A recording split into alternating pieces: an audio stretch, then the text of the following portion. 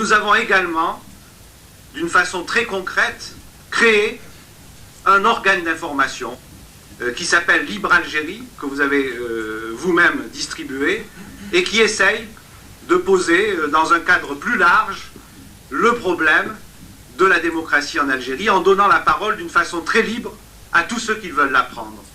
Et je crois que l'existence même de ce journal, malgré toutes les difficultés qui entourent à chaque fois sa parution, parce qu'il est difficile malheureusement, dans un climat total de démission, il faut bien le dire, au niveau de notre société, et notamment au niveau de nos intellectuels, qui une fois de plus ne répondent pas aux obligations qui devraient être les leurs dans une situation aussi catastrophique que celle que vit l'Algérie.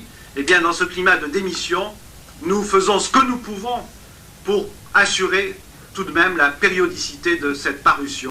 Il faut que nous arrivions de plus en plus à trouver des points de rencontre et des points de convergence où nous puissions débattre démocratiquement de nos problèmes, où nous puissions également nous affronter démocratiquement, c'est-à-dire débattre, ne pas être d'accord. C'est cela la démocratie.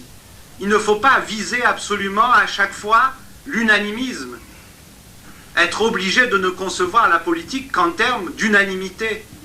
Je crois qu'il faut nous habituer à la pluralité, à la dimension plurielle qui est la dimension naturelle de notre société, et qu'il faut continuer à combattre dans ce sens.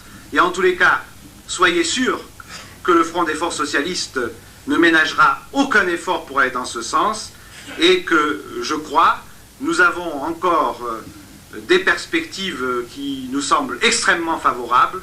Il y a en Algérie les possibilités d'occuper d'immenses espaces de liberté qu'il faut conquérir. Il faut conquérir. Il y a une situation telle dans notre pays qu'il serait absolument criminel de ne pas réagir aujourd'hui à ce qui s'y passe.